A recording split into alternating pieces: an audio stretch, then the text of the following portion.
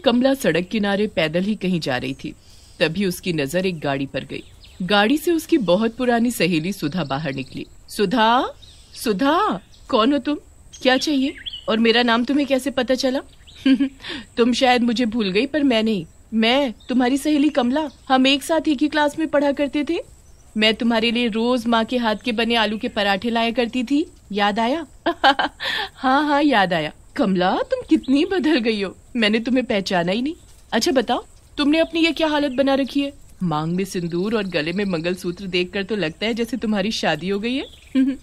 तुमने सही कहा, मेरी शादी गांव में हुई है और मैं वहाँ बहुत खुश हूँ। एक 4 साल की बेटी भी है मेरी, पर वो वहीं अपने पिताजी के पास गांव में ही है। अपने पिताजी को वो बहुत प्यार करती है ना, तो उन्हें एक पल भी नहीं छोड़ती।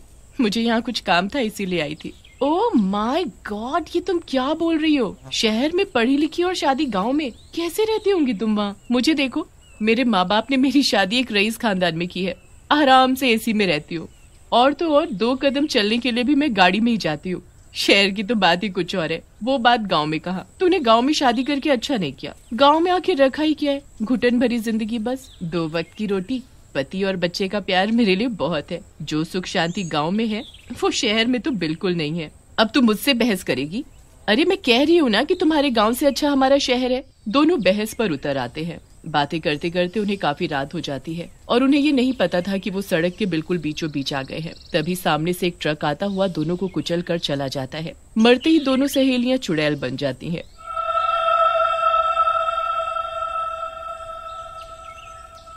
एक शहरी चुड़ैल, दूसरी गांव की। मैं मर गई कमला, मैं मर गई। वो देख, मैं वहां मरी पड़ी हूँ। मुझे किसी ने नहीं बचाया। काश कोई मुझे बचा लेता। अब मेरा क्या होगा? तुम तो अपने लिए रो रही हो और मैं अपनी बच्ची के लिए। अब क्या होगा मेरी बच्ची का? वो बिना माँ के कैसे रहेगी? अरे हाँ, मैं तो भूल ही गई थी। उसके पिताजी उसकी माँ से भी ज्यादा उसे प्यार करते हैं। वो संभाल लेंगे उसे। अगर तुम हमारे गांव में होती तो तुम्हें एक खरोच तक नहीं आती। तुम फिर शुरू हो गई। ठीक है, फिर अब से हम एक काम करते हैं। तुम यहाँ शहर में रहोगी और मैं गांव में, तभी पता चलेगा कि गांव अच्छा है या शहर। फिर क्या था, दोनों एक दूसरे की जगह बदल लेते हैं। चुड़ैल बनी कमला शहर में रहती है और सुधा चुड़ैल का रूप लिए कमला के गांव में पहुंच जाती है। जैसे ही सुधा गांव में पहुंचती है, उसका एक पैर गाय के गोबर में पड़ जाता है। ओह माय गॉड, ये छी क्या है? मेरा पैर, ये मेरे पैर में क्या लग गया? इससे कितनी बदबू भी आ रही है। छी, ऐसा लगता है कि अभी उल्टी हो जाएगी। तभी सामने से एक औरत रूपा सिर पर पानी का मटका उठाए वहाँ से गुजर रही थी। वो चुड़ैल को गोबर में सना देख उस पर हंसने लगती है। ये गांव है गांव, यहाँ कदम कदम पर ऐसा ही मिलेगा। संभल कर चलो चुड़ैल रानी। तुमने मुझे चुड़ैल कैसे बोला? तुम्हारी हिम्मत कैसे हुई मुझे चुड़ैल बोलने की? चुड़ैल को चुड़ैल नहीं बोलूंगी तो क्या बोलूं? तुम ही बता दो चुड़ैल रानी। हाँ। अरे मैं तो भूल ही गई थी कि मैं अब एक चुड़ैल हूँ। पहले जैसी नहीं दिखती अब मैं। अच्छा ये बताओ, मैं चुड़ैल हूँ, तुम्हें मुझसे डर नहीं लग रहा? हमारे गांव में आए दिन चुड़ैल घुस आती हैं। उन्हें हम मारते नहीं हैं, बल्कि उनसे पूछते हैं कि वो किस कारण से चुड़ैल बनी। आखिर उनकी क्या मजबूरी थी जो वो चुड़ैल बन गई मरने के बाद। फिर हम सब गांव वाले मिलकर उसकी इच्छा पूरी करते हैं और उसे मुक्ति दिला देते हैं, ताकि वो गांव वालों को दुखी न करे। उसके बाद वो चुड़ैल फिर कभी गाँव में दिखाई नहीं देती। अच्छा, तुम अपना ये गोबर वाला पैर आगे करो ताकि मैं इसे धो सकूं। What you mean गोबर? ये गोबर क्या है? इससे तो बहुत गंदी बदबू आ रही है। ये गाय का गोबर है, मतलब गाय की पोटी। छी, तभी कहो इससे इतनी बदबू क्यों आ रही है। ये लो जल्दी धो दो मेरा पैर। रूपा मुस्कुराती हुई वहाँ से आगे निकल जाती है। जिसे मैं जानती नहीं पहचानती नहीं, उससे मैं कब से बात कर रही थी और वो मुझसे जरा भी नहीं डरी। क्या सच में गाँव के लोग ऐसे होते हैं? नहीं, मैं कुछ ज्यादा ही सोच रही हूँ। अभी तो यहाँ आई हूँ, अभी तो पूरा गांव देखना बाकी है। इस गांव में आते ही मेरी क्या हालत हो गई। सोचो वहाँ शहर में कमला का क्या हाल हो रहा होगा। वहाँ शहर में कमला इधर उधर भटक रही थी। उसे छुपने की कोई जगह ही नहीं मिल रही थी।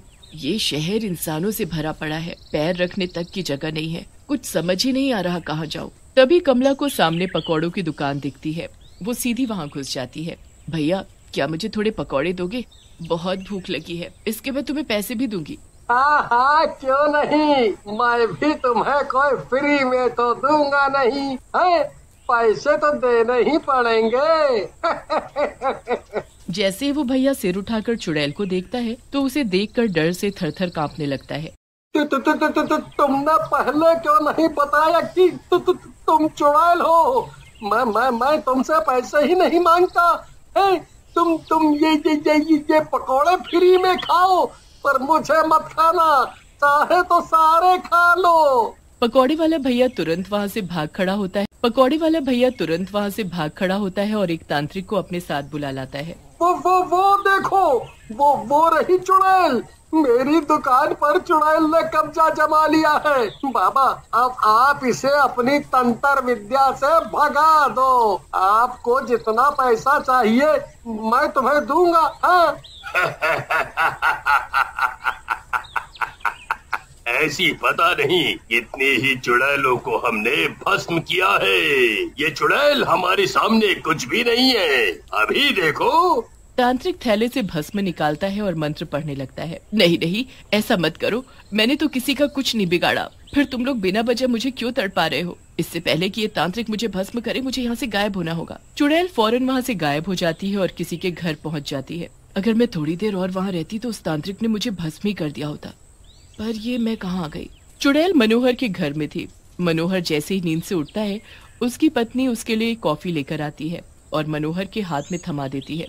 चुड़ैल चुपके से ये सब देख रही थी। छी, कितने गंदे लोग हैं ये, बिना हाथ मुंह धोए बिना नहाए कैसे बिस्तर में ही चाय पी सकते हैं? हमारे यहाँ तो उठते ही सबसे पहले नहाते हैं और उसके बाद पाठ पूजा, फिर जाकर चाय पानी करते हैं। और यहाँ देखो, मुझे तो पहले ही शहर पसंद नहीं था, इससे तो हमारा गांव अच्छा है। यहाँ चुड़ैल कमला और वहाँ चुड़ैल सुधा भटक रही थी। सुधा अपनी मस्ती में यहाँ वहाँ देखती हुई जा ही रही होती है कि तभी उसकी नजर कुछ खेलते हुए बच्चों पर पड़ती है। ये देखो गांव के बच्चों को। हमारे शहर में बच्चे सुबह उठकर स्कूल जाते हैं और यहाँ गांव के बच्चों को देखो, मिट्टी में खेल रहे हैं। कोई पढ़ना वढ़ना नहीं है इन्हें, दिन भर बस उछल कूद। तुम बच्चे यहाँ क्यों खेल रहे हो? स्कूल क्यों नहीं जाते? ये तो चुड़ैल है, माँ बचाओ। राजू डर मत, मैं हूँ ना, मैं तुझे कुछ नहीं होने दूंगी। तुम बच्चे स्कूल क्यों नहीं जाते बताओ, नहीं तो मैं तुम सबको कहा जाऊंगी। 2 दिन से हमारी मैडम गायब है, उनके बिना हम कैसे पढ़े, इसीलिए हम सब यहाँ खेल रहे हैं। गायब है? पूरे गांव में क्या एक ही मैडम है तुम्हारी? हमारे शहर में तो कितने सारे स्कूल हैं, उनमें पढ़ाने वाली कई टीचर भी होती हैं। और यहाँ देखो। अच्छा, तुम्हारी मैडम का नाम क्या है? बस फिर क्या था, मैडम का नाम सुनते ही चुड़ैल चौंक जाती है। वहाँ पूरे शहर में भटकने के बाद कमला अचानक सुधा के घर पहुँच जाती है और सामने दीवार पर उसकी तस्वीर देखकर चौंक जाती है। ये तो घर सुधा का मालूम पड़ता है। हाँ, ये सुधा का ही घर है। उसकी तस्वीर यहाँ है तो उसी का घर होगा ना ये। पर घर में कोई दिखाई क्यों नहीं दे रहा है? तभी उसे घर में कोई आदमी घुसता हुआ दिखाई देता है और साथ में कोई औरत भी होती है। अच्छा हुआ जो वो सुधा अपने आप ही मर गई और मुझे उससे छुटकारा मिल गया, नहीं तो हम दोनों एक दूसरे से कभी नहीं मिल सकते थे। बिल्कुल सही कहा पतिदेव, उसके मरने के बाद ही तुम मेरे हो पाए। अगर वो नहीं भी मरती ना तो मैं जरूर उसे मार देती। चुड़ैल चुपके से सब देख रही थी। वहाँ सुधा कमला का नाम सुनते ही बच्चों से उसके घर का पता पूछती है और वहाँ जाती है। वहाँ उसके पति सुभाष और बच्ची को देख हैरान रह जाती है। वो अपनी बेटी की पूरी देख रेख में लगा था। चुड़ैल ये सब देखकर वहाँ से चली जाती है और कमला को याद करती है। तभी कमला उसके पास वहाँ आ जाती है। मैं तुम्हें ही याद कर रही थी, अच्छा हुआ तुम आ गई। मैंने तुम्हारा पूरा गाँव देखा और देखकर ये ही पता चला कि यहाँ ऐशो आराम भले ही नहीं है, पर यहाँ के लोग बहुत अच्छे हैं। खुली हवा में सांस लेना कितना अच्छा लगता है। शहर भी इतना बुरा नहीं है जितना मैं सोच रही थी। वहाँ स्कूल है, हर सुविधा है, पर लोगों की सोच बहुत छोटी है, आलसी हैं, हमेशा ऐशो आराम में ही रहना पसंद करते हैं।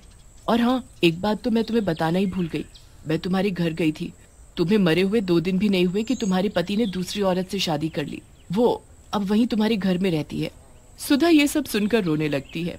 कमला उसे जैसे तैसे चुप करा देती है। मेरा पति बेईमान निकला, पर कमला तुम्हारा पति और बच्ची बहुत ही अच्छे हैं। तुम्हारा पति अपनी बेटी की बिल्कुल माँ के जैसे देखभाल करता है और गांव के लोग वो भी बहुत अच्छे हैं। गांव की खुली हवा में सांस लेकर बहुत सुकून मिल रहा है।